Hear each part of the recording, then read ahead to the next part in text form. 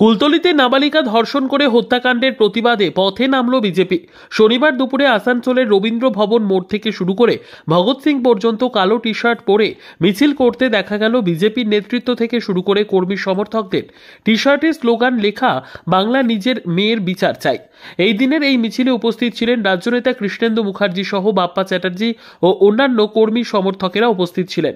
রাজ্যনেতা কৃষ্ণেন্দু মুখার্জি জানান, আরজিকর হাসপাতালে চিকিৎসককে ধর্ষণ ও হত্যার ঘটনার রেশ কাটতে না কাটতে এবার দক্ষিণ 24 পরগনা জেলার জয়নগর শহরের কুলতলি এলাকায় নৃশংস নারকীয় পাশবিক যে হত্যাকাণ্ড হয়েছে, 10 বছরের কন্যার উপর যে অমানবিক নির্যাতন, তাকে ধর্ষণ করে খুন করা হয়েছে, তারই প্রতিবাদে এই মিছিল।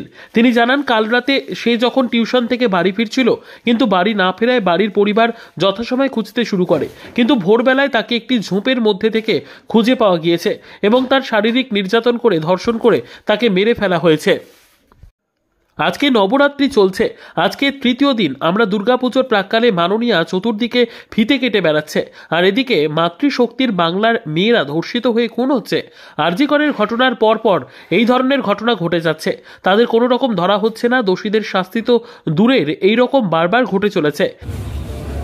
কুলতলিতে যে নৃশংস একটা নারকীয় পাশবিক একটা যে হত্যাকাণ্ড করেছে, 10 বছরের কন্যার উপর যে অমানবিক নির্যাতন, তাকে ধর্ষণ করে খুন করা হয়েছে। কাল রাতে সে যখন টিউশন পড়তে যাচ্ছিল, সেখান থেকে ফেরবার সময় বাড়ি পৌঁছায়নি যথাসময়ে।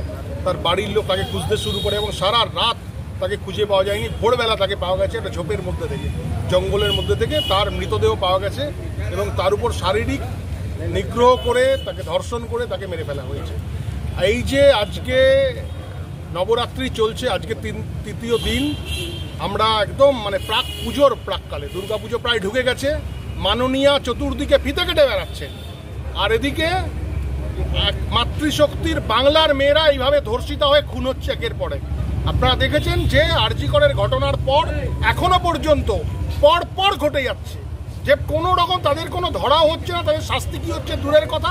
এই রকম যে মহিলা মাতৃশক্তির উপর যে অত্যাচার, তার বিরুদ্ধে আজ আমরা রাস্তায় নেমেছি। আমাদের পার্টি প্রেসিডেন্ট মাননীয় সুকান্ত মজুমদারের আমাদের প্রোগ্রাম দিয়েছে, সারা পশ্চিমবঙ্গব্যাপী বিজেপি যেখানে যেখানে হচ্ছে, এখানে তারা রাস্তায় নেমে এটার প্রতিবাদ করছে। ব্ল্যাক জ্যাকেট নিয়ে কেন? আমরা এই ব্ল্যাক, আমাদের যে এটা কালো, আপনারা জানেন, একটা যে অন্ধকারের প্রতীক।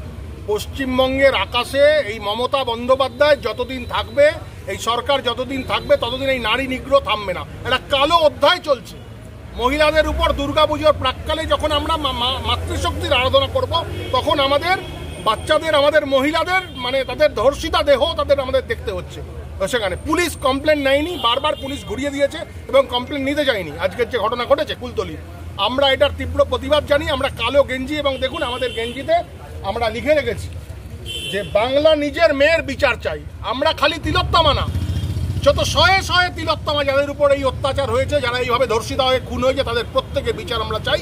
তার প্রতিবাদে আজ আমরা রাস্তায় নেমে এটার প্রতিবাদ করছি।